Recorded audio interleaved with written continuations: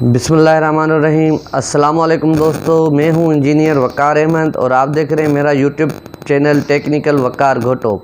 तो जी फ्रेंड, आज हम बात करने वाले हैं सोलर इन्वर्टर के मुतालिक कि सोलर इन्वर्टर कौन सा ख़रीदना चाहिए, कौन सी कंपनी का होना चाहिए और एक घर के अंदर कितने किलोवाट के सोलर इन्वर्टर की ज़रूरत होती है और कौन कौन सी खासियतें होनी चाहिए एक सोलर इन्वर्टर के अंदर। जब भी आप बाय करने जाएं तो मेरा ये वीडियो ज़रूर देखें और उसके बाद आप फैसला करें कि आपको कौन सा सोलर इन्वर्टर लेना चाहिए। तो चलते हैं वीडियो की जानिब। अगर आप मेरे चैनल पर नए हैं और मेरा चैनल आपने सब्सक्राइब नहीं किया तो सब्सक्राइब करें, लाइक करें और घंटी का बटन ज़रूर दबाएं।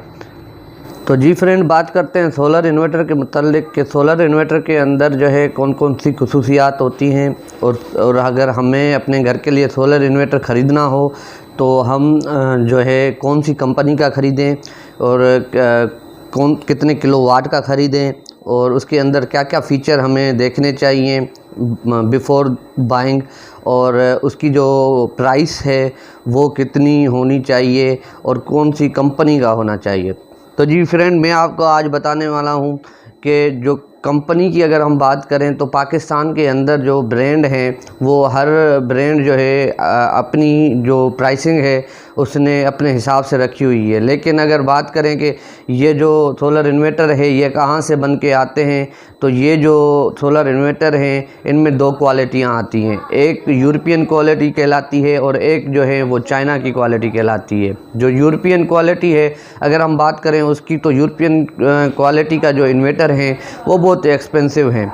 जो इन्वर्टर आपको पाकिस्तान में चाइनीज़ मैन्युफैक्चर्ड जो हमें भेज रहे हैं, जो पाकिस्तानी ब्रांड के अंदर हमें मिल रहे हैं, वो हमें 70 से 80 से 90 हज़ार तक के मिल रहे हैं। लेकिन वही अगर हम यूरोपियन इन्वर्टर ख़रीदें तो वो हमें 2 से 3 लाख रुपए का मिलेगा उतनी ही रेंज में। तो फ़िलहाल हमारे पास जो इन्वर्टर चल रहे हैं वो चाइना के चल रहे हैं और चाइना के अंदर एक कंपनी है जिसका नाम वोल्टोनिक है। ये सारे जो हमारे ब्रांड हैं वहीं से बनवा के आते हैं और यहाँ पर अपने ब्रांड से लॉन्च करते हैं और वो ज़्यादा जो है प्राइसिंग दे के अपना नफ़ा कमाते हैं, क्योंकि वो इश्तिहार भी देते हैं तो ज़ाहिर सी बात है उसके ऊपर उनके अखराजात आते हैं, तो फिर उस हिसाब से वो उसकी जो प्राइसिंग है वो थोड़ी ज़्यादा रखते हैं। अगर बात करें इनकी रिलायबिलिटी की कि अगर ये चाइना से बन के आ रहे हैं तो क्या ये रिलायबल हैं, तो जी बिल्कुल ये रिलायबल हैं, क्योंकि कंपनी आजकल जो ये इन्वर्टर हैं इनकी जो वारंटी दे रही है वो 7 साल दे रही है। 7 साल का मतलब ये है कि उस 7 साल की वारंटी में वो जो है हमें इसमें जो बोर्ड लगा हुआ है, जो इसका मेन पीसीबी है, उसकी फुल वारंटी होती है। इसके अंदर कोई भी फॉल्ट आ जाए, चाहे इसके फ़िल्टर ख़राब हो जाएं, चाहे इसके जो है फ़ैन ख़राब हो जाएं, फ्यूज़ उड़ जाए, इसकी एलसीडी ख़राब हो जाए, यानी ईच एंड एवरीथिंग, सिर्फ इस डब्बे के ये जो लोहे का ऊपर से डब्बा लगा हुआ है इसको छोड़ के बाकी हर चीज़ की वो वारंटी देते हैं। ये चेंज करके वो नहीं देते, बाकी हर चीज़ वो वारंटी में क्लेम करके दे देते हैं हमें। तो बहुत अच्छी वारंटी है इसकी। सिर्फ इस कंपनी की नहीं बल्कि हर कंपनी की यही एक पॉलिसी है। कुछ कंपनियां ऐसी हैं जिनकी 5 साल वारंटी है, कुछ की 1 साल वारंटी है, लेकिन वो आप देख लें मार्केट में जो सबसे ज़्यादा वारंटी दे आपको, तो ज़ाहिर सी बात है कंपनी ज़्यादा वारंटी उसी चीज़ की देती है जिसके ऊपर कंपनी को ये पक्का यकीन होता है कि मेरी चीज़ 2 नंबर नहीं है और ये ख़राब इतनी जल्दी होने वाली नहीं है, अगर उसके जो कनेक्शन हैं वो गलत ना हो, अगर उसके साथ छेड़खानी ना की गई हो तो फ्रेंड, बात करते हैं कौन कौन सी चीज़ें जो है सोलर इन्वर्टर के अंदर देखनी चाहिए। तो देखिए, मेरे पास जो सोलर इन्वर्टर लगा हुआ है वो 5.5 है, यानी 5500 वाट का है। क्योंकि मेरा जो लोड है वो 3 किलोवाट से ज़्यादा था तो मैंने बड़ा लगाया है। मेरे पास इसके ऊपर जो लोड चल रहा है वो तकरीबन 4 किलोवाट का लोड चलता है, तो इस वजह से मैंने बड़ा जो है इन्वर्टर लगाया है। आप अपने लोड के हिसाब से इन्वर्टर लगाएंगे, जितना आपका लोड होगा उससे जो है आप 10 से 20% बड़ा जो है वो इन्वर्टर लेंगे। अगर आप समझ लें कि आपका 1500 वाट का अगर आपका लोड है तो आप 2 किलोवाट का आप जो है वो इन्वर्टर लगाएंगे, ताकि आपके इन्वर्टर के ऊपर जो है वो लोड ना पड़े और वो जो है जल्दी से ख़राब ना हो। तो ये इसकी जो है आपको ये सेफ्टी रहेगी अगर आप इस तरह से करेंगे। तो अभी बात करते हैं कि जी इसके अंदर हमने कौन कौन सी चीज़ें देखनी हैं जो हमारे काम की हैं, और मार्केट में जो अवेलेबल हैं इन्वर्टर हैं उनमें क्या क्या दूसरी जो कंपनियां हैं उनमें क्या क्या डिफरेंसेस होते हैं। तो अभी मैं आपको बताता हूं कि क्या क्या डिफरेंस होता है। बेसिकली जो मेन डिफरेंस होता है वो एक ही चीज़ का होता है, वो होती है MPPT चार्जर। इसके अंदर जो चार्ज कंट्रोलर लगा हुआ है वो चार्जर जो है उसकी क्वालिटी का मसला होता है। इसमें 3 किस्म के इन्वर्टर आते हैं। एक वो इन्वर्टर होता है जिसके अंदर ये चार्ज कंट्रोलर जो है नहीं लगा हुआ होता, वो बहुत ही इंतहाई सस्ता होता है। और दूसरा नंबर पर हम देखें तो जिसके अंदर जो है PWM चार्ज कंट्रोलर लगा होता है, वो जो है वो आपको MPPT चार्ज कंट्रोलर के निस्बत में आधी रकम में मिलेगा। अगर हम बात करें MPPT चार्जर की, तो MPPT चार्जर जो है उसके साथ जो भी इन्वर्टर आपको मिलेगा वो आपको जो है थोड़ा सा महंगा मिलेगा, लेकिन उसमें MPPT चार्जर लगे होने से एक फ़ायदा आपको ये होगा कि वो जो आपका इन्वर्टर होगा वो विदाउट बैटरी भी चलेगा, विथ बैटरी और विदाउट बैटरी। जो PWM जो चार्जर के साथ, जो चार्ज कंट्रोलर के साथ जो इन्वर्टर आते हैं उसमें आपको ये फैसिलिटी अवेलेबल नहीं होती। तो बात करते हैं इसके जो सोलर DC वोल्टेज हैं कि मैक्सिमम सोलर DC वोल्टेज कितने हैं और उसकी क्या रेंज होनी चाहिए और हमें कितनी मिलती है। तो जो हमारे पास जो पाकिस्तान में इस वक्त इस टाइप के जो इन्वर्टर हैं वो चाहे 3.2 किलोवाट के हों या फिर जो है 5.5 के हों, 5.2 हो, ये जो इन्वर्टर हैं इनमें आपको 2 रेंजें मिलती हैं। जो 3.2 किलोवाट का इन्वर्टर होता है उसके अंदर आप सिर्फ 16 सोलर एनर्जी प्लेटें 300 वाट वाली लगा सकते हैं। और जो अगर आप लगाते हैं 5.2 या 5.5 तो उसमें आपको ये फ़ायदा मिलता है कि आप इसके साथ जो है 24 सोलर एनर्जी प्लेटें लगा सकते हैं। तो मैं आपको बता दूं कि 24 सोलर एनर्जी प्लेटों का मतलब ये है कि आप इसको जो है 4000 वाट, तकरीबन 4000 वाट की इसकी रेंज है, यानी 4 किलोवाट का सोलर पैनल आप इसके साथ लगा सकते हैं। 4 किलोवाट का मतलब ये हरगिज़ ये नहीं है कि आप एक सीरीज़ 4 किलोवाट की आपने लगा दी तो दूसरी सीरीज़ 4 किलोवाट की आप नहीं लगा सकते, वो भी आप इसके साथ लगा सकते हैं। यानी 2 सीरीज़ों में 4 किलोवाट के 4000 किलोवाट के आप इसके साथ सोलर एनर्जी प्लेटें लगा सकते हैं। तो अब बात करते हैं इसके जो फीचर्स हैं। इसके अंदर आपको जो DC वोल्टेज हैं वो रेंज जो है वो 450 से 500 वोल्ट मिलते हैं, यानी सोलर एनर्जी पैनल से जो DC वोल्टेज आ रहे हैं उसकी। और ये जो है खुद इसकी जो बैटरी की ऑपरेटिंग है वो 48 वोल्ट है, तो इसलिए ये 48 वोल्ट कहलाते हैं। अगर बात करें इसके नॉमिनल वोल्टेज की तो वो 240 है। नॉमिनल वोल्टेज से मुराद ये है कि अगर आपके पास सोलर एनर्जी प्लेटें मौजूद हैं और वो सोलर एनर्जी प्लेटों के जो वोल्टेज हैं वो 120 है मिसाल के तौर पे, तो आपका ये इन्वर्टर जो है वो उन प्लेटों को रिकग्नाइज़ नहीं करेगा और उनसे ना ही करंट लेके आपकी बैटरी को चार्ज करेगा। उसके लिए लाजमी है आपके पास 240 वोल्ट होने लाजमी है, यानी आप इतनी प्लेटें लगाएं कि उनके जो वोल्टेज हैं वो 240 होने चाहिए। तो मैक्सिमम करंट ये कितना मैक्सिमम करंट देता है, ये 24 एम्पेयर करंट देता है। और अगर हम बात करें एयर कंडीशन की तो हमारी एक जो एयर कंडीशन है वो जो है वो 9 एम्पेयर पे चलती है। तो आप अंदाज़ा लगाएं 9 दूनी तकरीबन 18 एम्पेयर बनते हैं, यानी आप 2 एयर कंडीशन 1.5 टन के आप इसके ऊपर मज़े से चला सकते हैं। तो उसके साथ जो है अगर हम बात करें इसके जो है AC इनपुट और AC आउटपुट की तो 220 वोल्ट इसमें इनपुट है सिंगल फेस और 220 वोल्ट इससे आउटपुट है अपना सिंगल फेस, यानी 220 वोल्ट पे जो चलने वाली चीज़ें हैं वो सारी चीज़ें आप इसके ऊपर चला सकते हैं।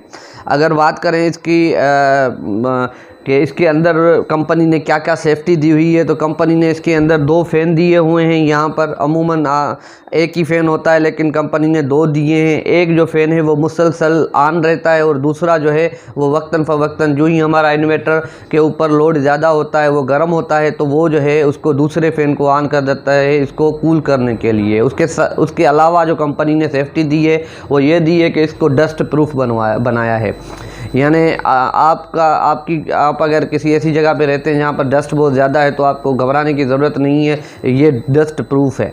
तो आप देख सकते हैं यहाँ पर इन्होंने ये 2 फ़िल्टर दिए हैं, एक इस साइड एक इस साइड, और उसके अंदर 2 फोम दे दिए हैं। और वो फोम जो है वो जो ही ये सांस लेता है तो वो फोम से होके जो है ये हवा जो है ये नीचे आती है, तो जो मिट्टी है या गर्द है वो उन फिल्टर के अंदर जो है वो लग जाती है। तो आप हफ्ते में 1 दफ़ा उनको साफ़ कर सकते हैं, तो आपका ये इन्वर्टर ख़राब नहीं होगा। बात करते हैं इसके वज़न की, तो ये कंपनी ने क्योंकि ये बहुत ही लाइट वेट बनाया है, अगर ये 5.5 किंग की बात करें तो इसका जो टोटल वज़न है वो 13 kg है। अगर हम बात करें कि जो नॉर्मल जो हमारे ओल्ड टाइप जो यूपीएस है, अगर वो 5 किलोवाट का होता तो उसका कम से कम भी वज़न जो है वो 25 से 30 किलो होता। तो ये बहुत ही हल्का है, तकरीबन 13 kg इसका वज़न है।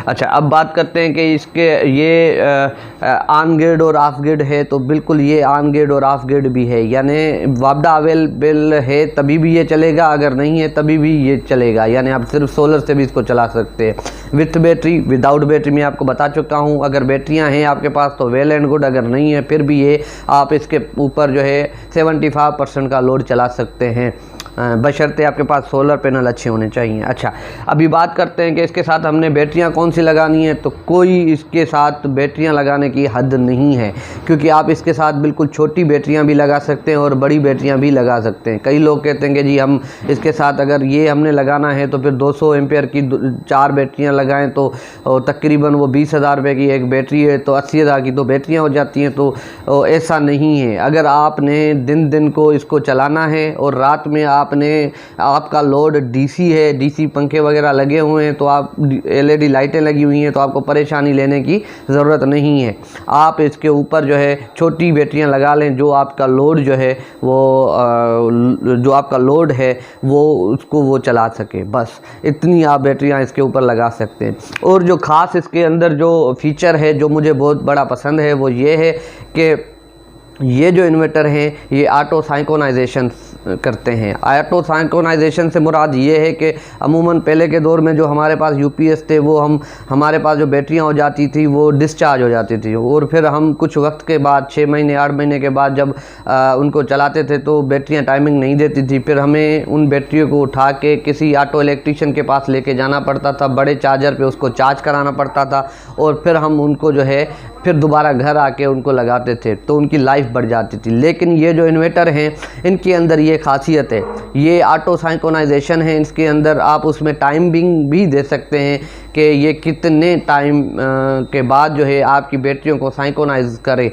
और इनको गर्म करे। यानी गर्म करने से मुराद ये है कि अगर आपकी चार्जिंग रेट जो है वो 10 एम्पेयर से 20 एम्पेयर है, तो इसके अंदर जो अगर मैं एम्पेयरेज की बात करूं, चार्जिंग एम्पेयरेज की, तो मैक्सिमम जो चार्जिंग एम्पेयर हैं वो 80 एम्पेयर हैं, और हमारी जो नॉर्मल जो बैटरीज चार्ज होती हैं वो 10 से 20 एम्पेयर के दरमियान चार्ज होती हैं। तो हम जब भी इनको चार्जिंग करते हैं तो 10 से 20 एम्पेयर के दरमियान ही करते हैं, इससे ज़्यादा हम चार्जिंग रेट नहीं रखते।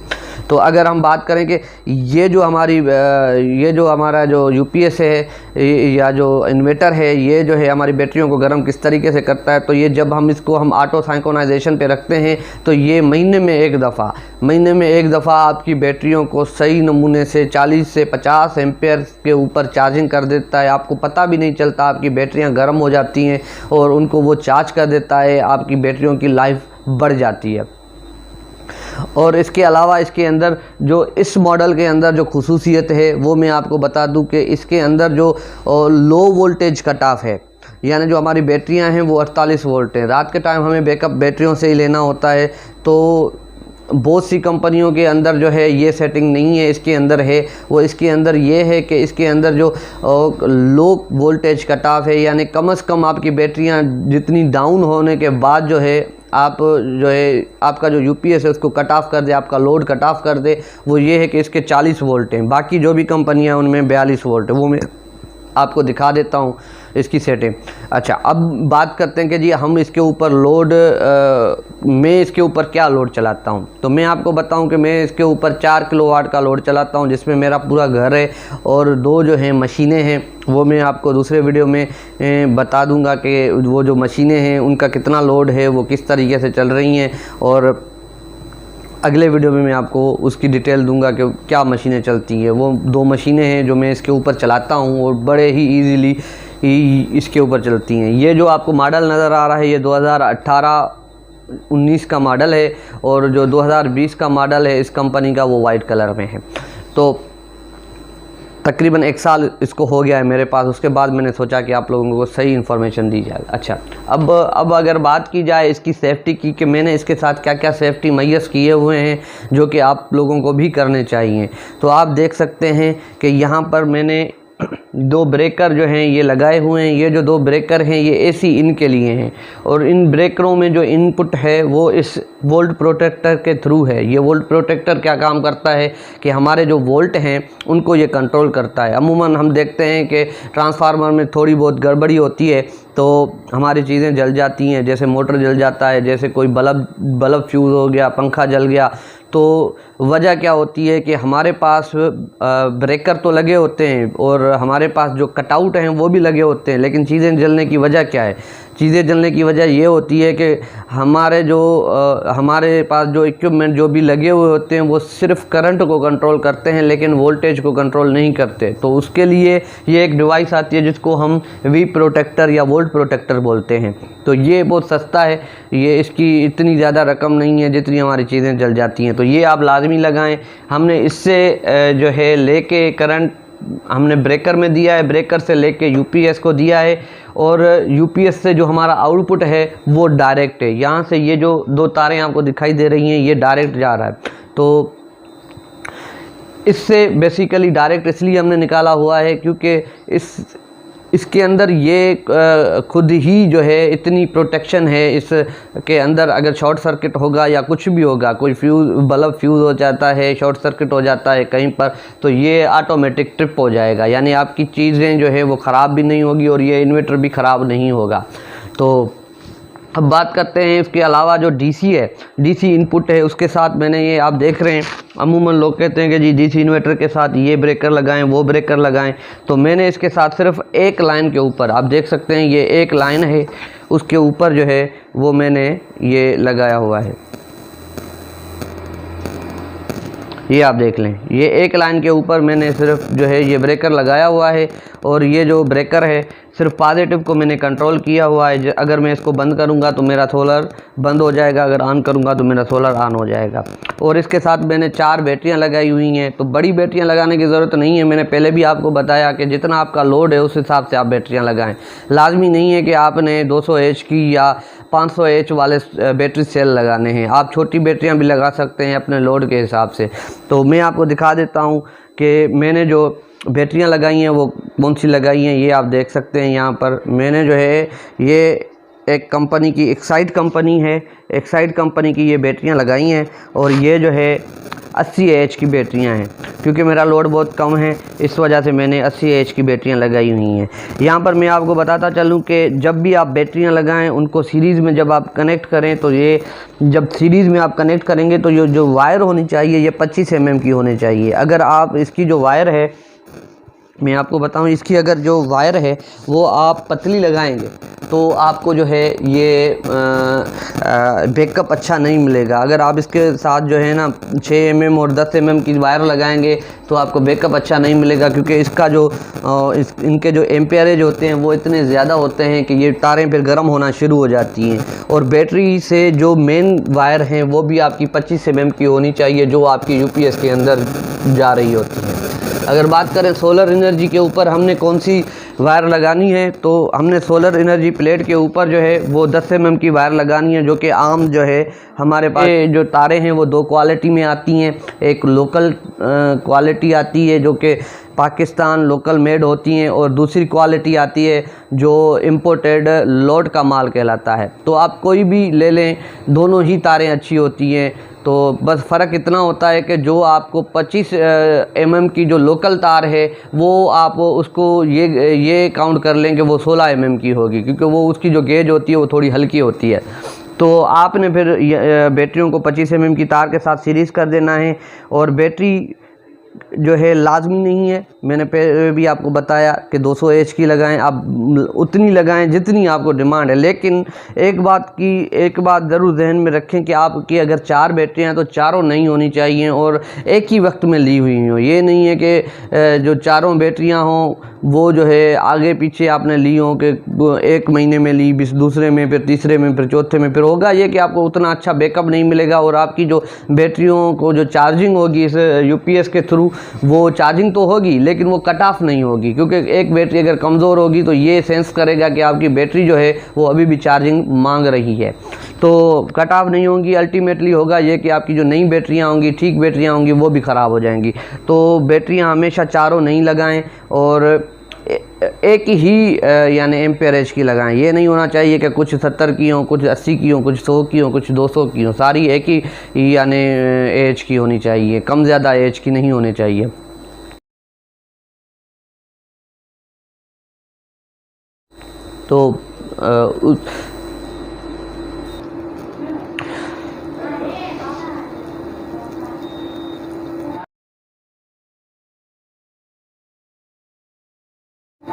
तो अगर बात करें कि इस वक्त मैंने इसके साथ कितनी सोलर एनर्जी प्लेटें लगाई हुई हैं और मैं कितना लोड चला रहा हूं, तो मैं आपको अभी दिखा देता हूं कि मैंने इसके साथ टोटल 9 जो हैं वो सोलर एनर्जी प्लेट लगाई हुई है और एक ही सीरीज़ में लगाई हुई हैं। यानी 2 सीरीज़ें नहीं है, एक ही सीरीज़ है। यानी उनके जो नेगेटिव पॉजिटिव है वो मैं लेके मैंने इसके अंदर डायरेक्ट दे दिए इस ब्रेकर के थ्रू, और कोई भी सेफ्टी इसके बीच में नहीं है जी। तो फ्रेंड्स, आपको मेरा वीडियो कैसा लगा? उम्मीद है कि आपको मेरा वीडियो पसंद आया होगा। अगले वीडियो में मैं आपको बताऊंगा कि इसके ऊपर 4 किलोवाट का लोड किस तरह से चलता है और मैं कौन सा लोड इसके ऊपर चलाता हूं, आया वो चलता भी है कि सिर्फ ये कंपनी का खाली दावा है। और इसके अलावा जो है आपको मेरा वीडियो कैसा लगा कमेंट सेक्शन में अपनी भड़ास ज़रूर निकालिएगा। और अगर आपको मेरा वीडियो अच्छा लगे तो चैनल को सब्सक्राइब कीजिएगा। अपने गिरदोनवा दोस्तों का सबका ख्याल रखिए और मुझे अपनी दुआओं में याद रखिए। मिलते हैं अगले वीडियो में, तब तक के लिए अल्लाह हाफ़िज़।